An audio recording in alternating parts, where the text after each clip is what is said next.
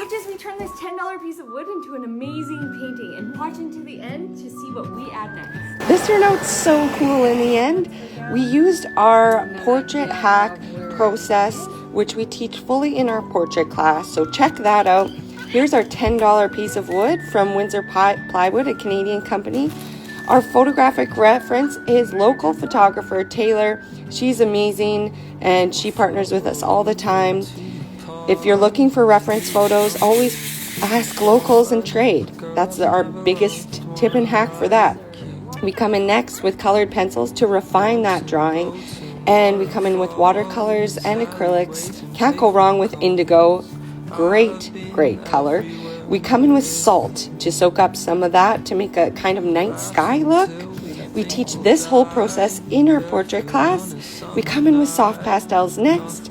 They turned out really beautiful. Make sure you're working dark to light and that you're using a whole bunch of neat tones, not just black and white, because that can gray down quite a bit.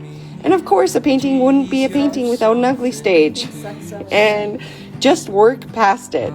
This was so frustrating, and a lot of people stop or throw it out, but I would say keep going. It just adds to the layers in the final piece, and it tells a story, a narrative, and then you're really proud of yourself for pulling through. It creates those happy things in your brain that keep you going. We come in with colored pencils as an underpainting, then Sennelier oil pastels, which are smooth like lipstick. They're amazing.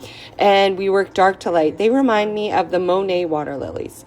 Here's our little trick. With my smudge stick and then dab it into the tiny strokes. You use your smudge stick for the final small areas and highlights.